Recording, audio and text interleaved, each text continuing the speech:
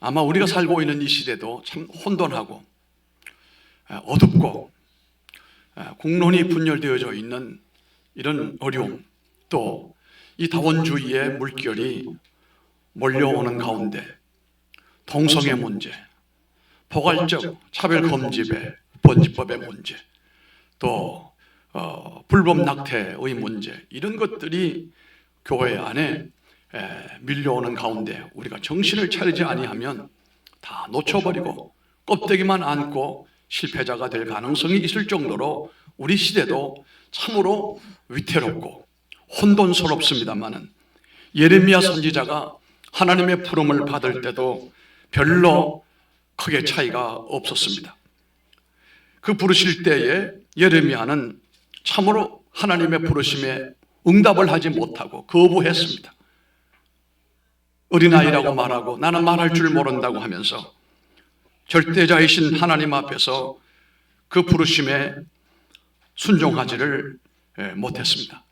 그것은 예레미야 자신의 능력의 한계도 있겠습니다만, 시대적인 환경이 너무도 힘들고 어렵고 하나님의 통치와 하나님의 말씀으로 이 나라를 끌고 개화시켜 나간다는 일들이 엄청나게 어려워 보였기 때문이라 저는 그렇게 생각을 합니다.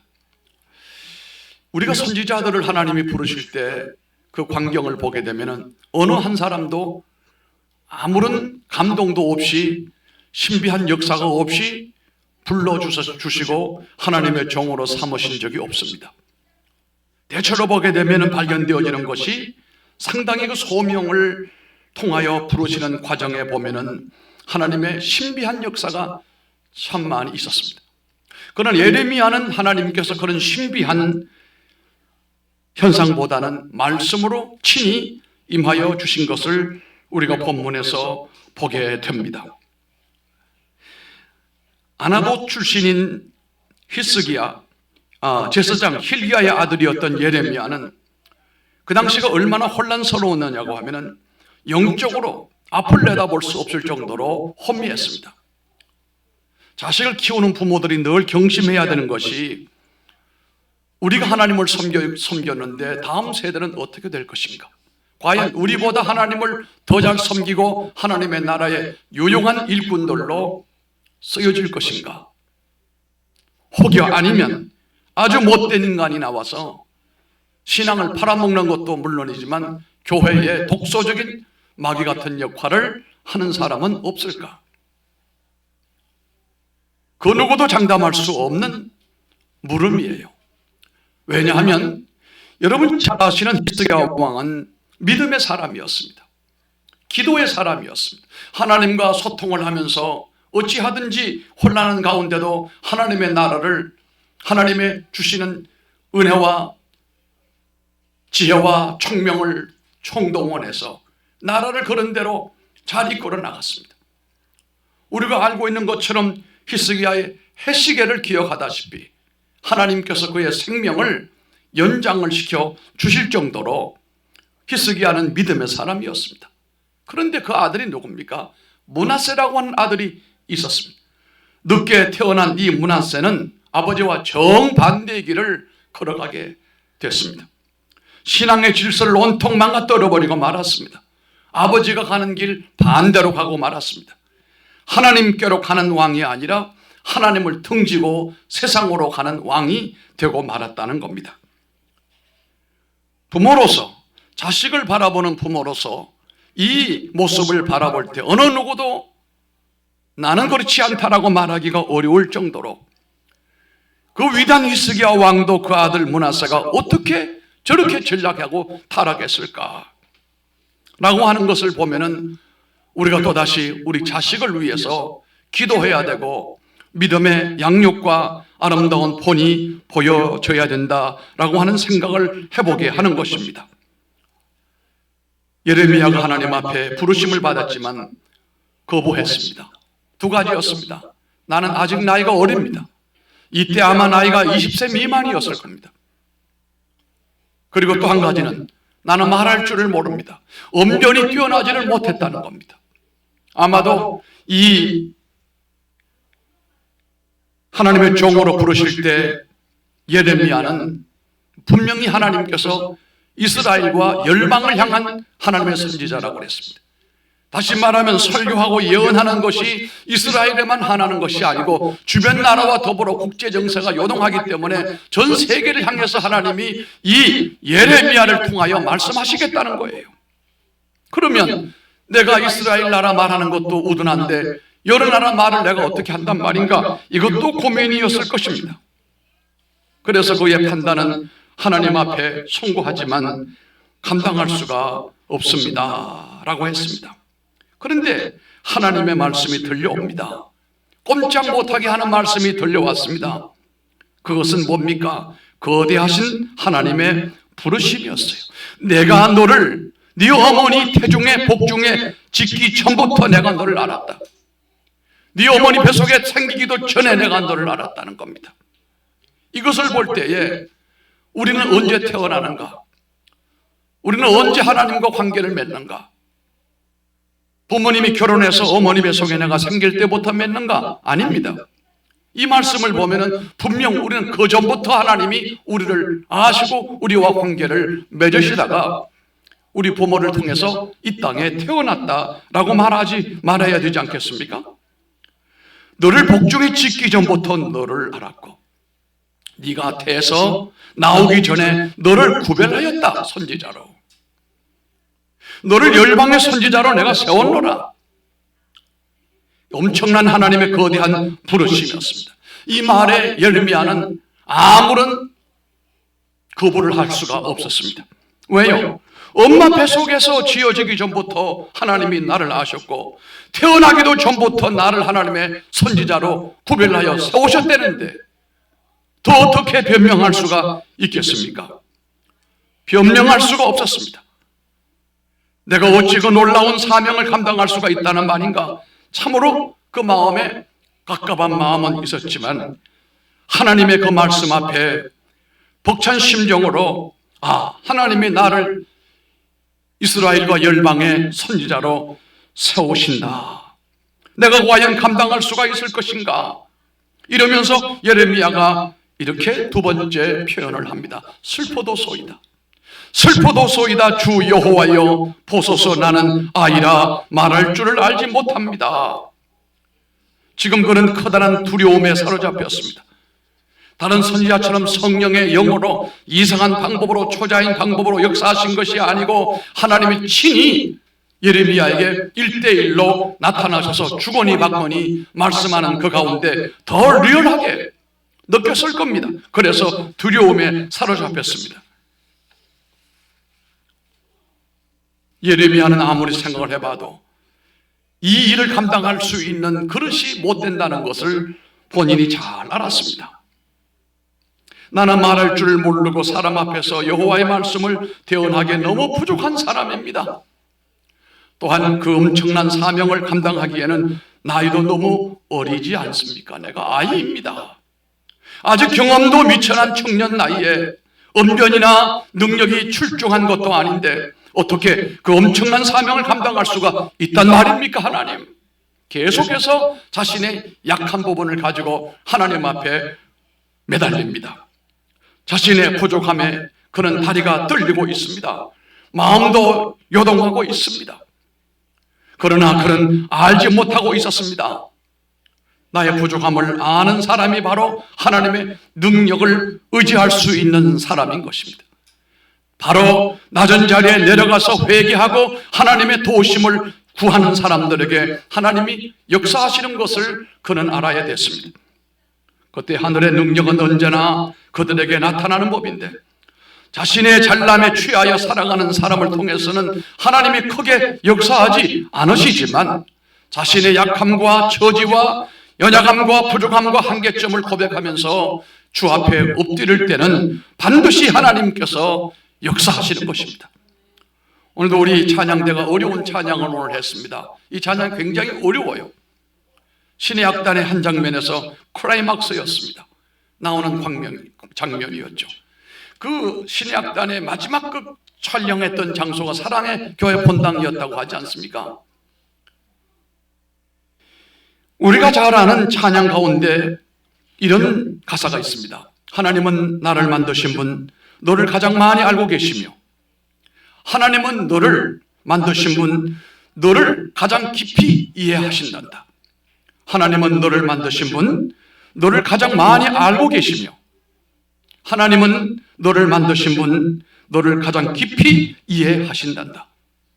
하나님은 너를 만드신 분, 너를 절대 포기하지 않으며, 하나님은 너를 만드신 분, 너를 쉬지 않고 지켜보신단다. 그의 생각이 셀 수 없고 그의 자비 무궁하며 그의 성실 날마다 새롭고 그의 사랑 끝이 없단다. 그의 생각 셀 수 없고 그의 자비 무궁하며 그의 성실 날마다 새롭고 그의 사랑 끝이 없단다.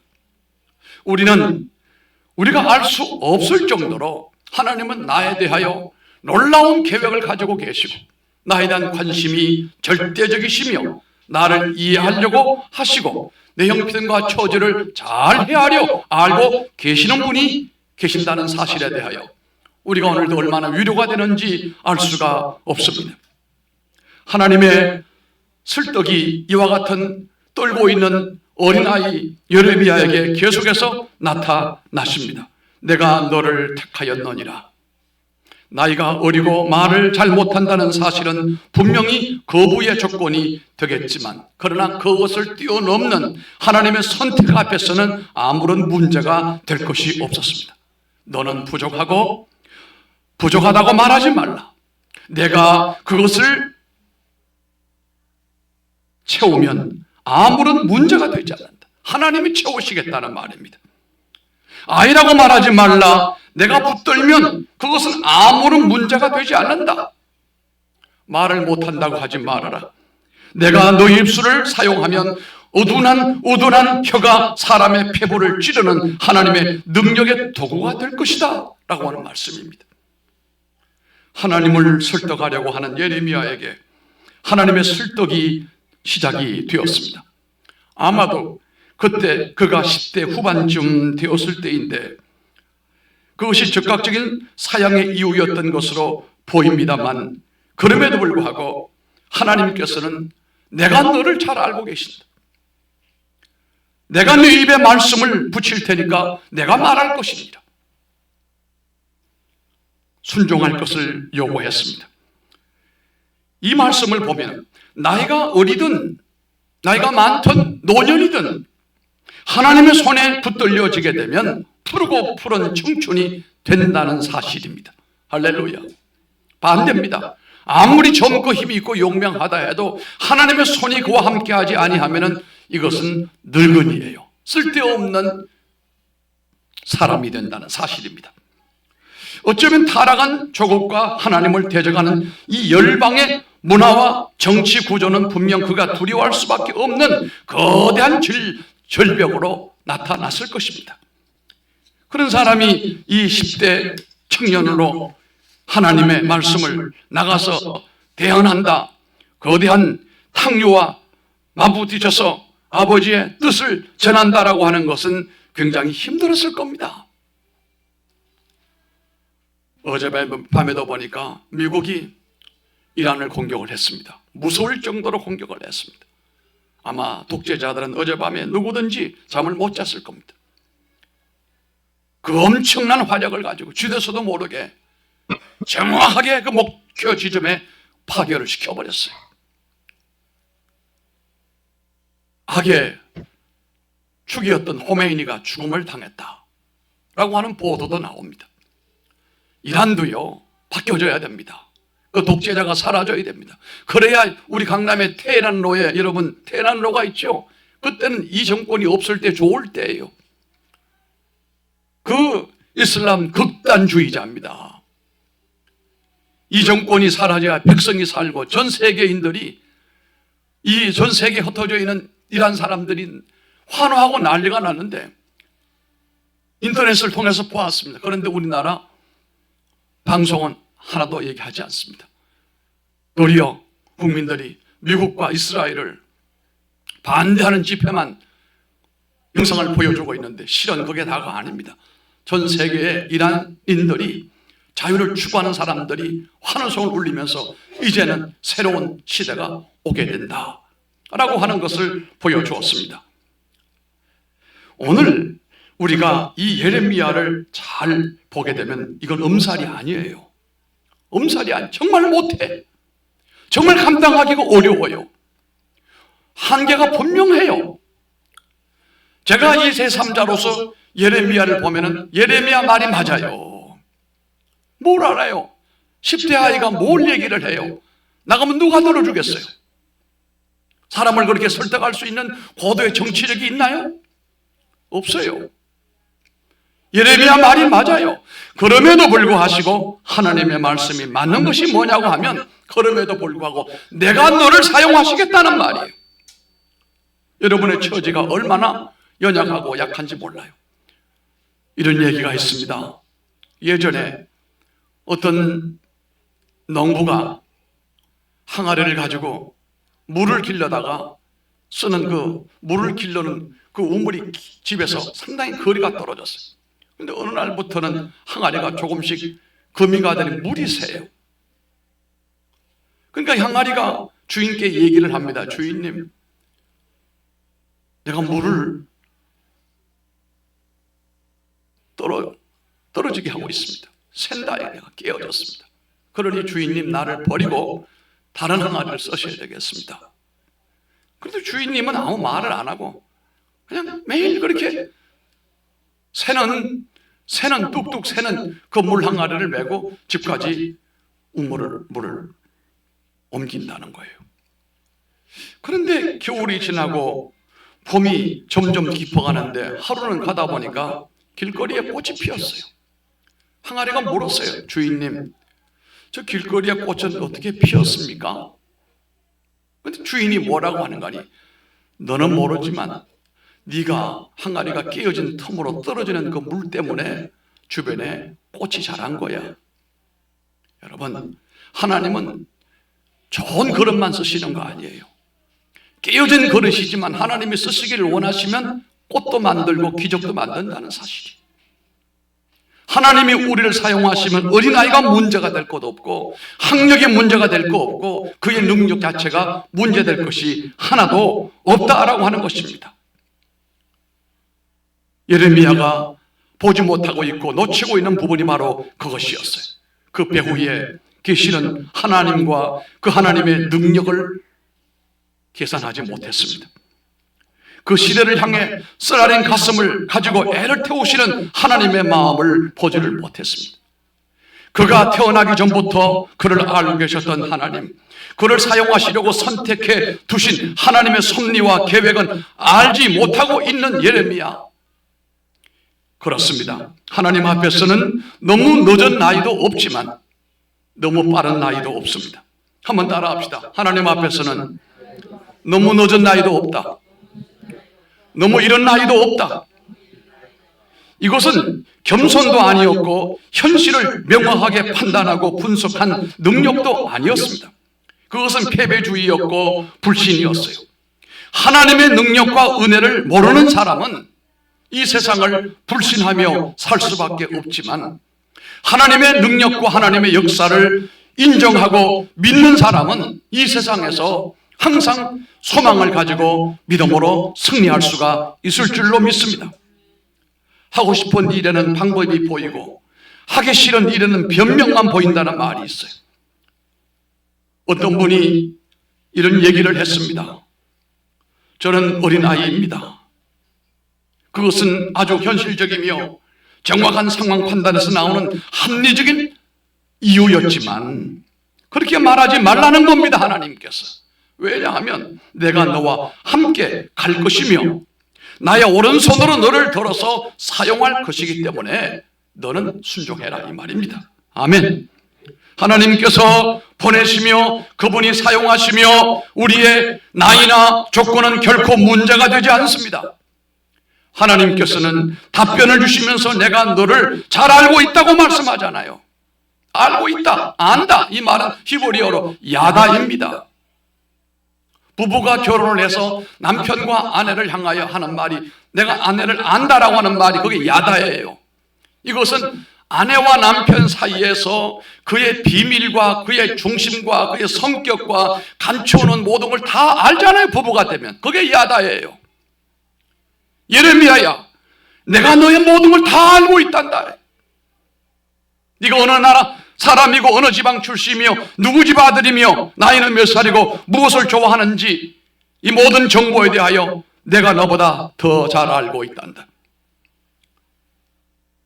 사랑하는 사람이 친밀함과 경험을 통해서 알고 있듯이 하나님은 그 이상으로 알고 계신다는 말씀이 야다예요.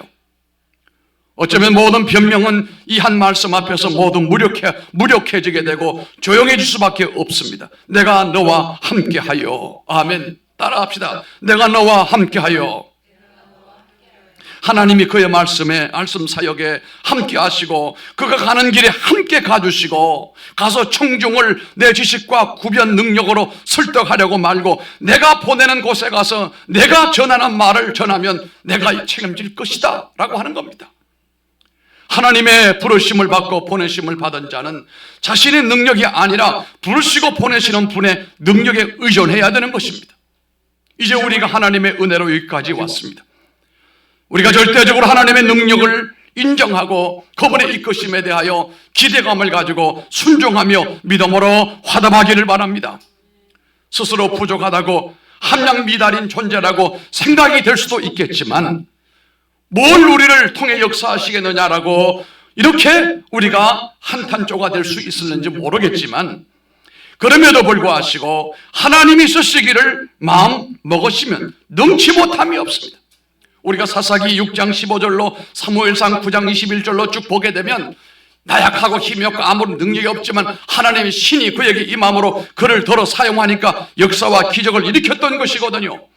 자신의 능력으로 무엇을 하는 사람은 자기를 드러낼 뿐이지만 하나님의 은혜와 하나님의 능력으로 일하는 사람은 주님의 영광을 드러내게 되어 있습니다. 하나님의 위임이 마침내 예레미야에게 전해졌습니다. 강권적으로 예레미야를 불러 세우신 하나님께서 말씀하시기를 내가 내 말을 내 입에 두었노라. 여기에서 강조되는 단어가 내가와 내 말 이 두 단어입니다.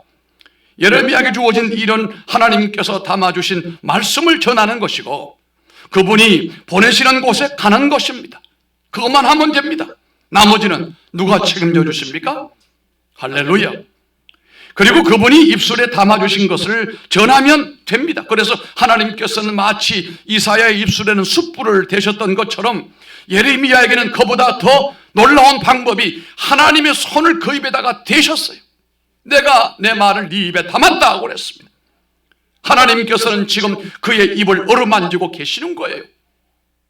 이것은 구약에서도 찾아보기 어려운 독특한 모습입니다. 원체 나라가 힘들고 어렵고 캄캄하니까 입술의 말씀을 하나님께서 강력한 도구로 쓰시겠다는 말씀입니다. 하늘이 내려와 그의 부족하다고 변명하는 입술의 능력으로 와 닿았습니다. 이제 그의 작은 입술은 하나님의 말씀을 전하는 하나님의 도구가 되었습니다. 거기에는 역사가 있고 기적이 따를 것입니다. 그것은 하나님의 말씀을 전하도록 메신저로 세우신 성직 수임의 순간이었습니다. 이제부터 선지자가 된 것입니다. 하나님의 말씀을 입에 담고 있는 하나님의 선지자가 탄생한 것입니다. 그리고 그에게 새로운 사명이 지시가 됩니다. 보라.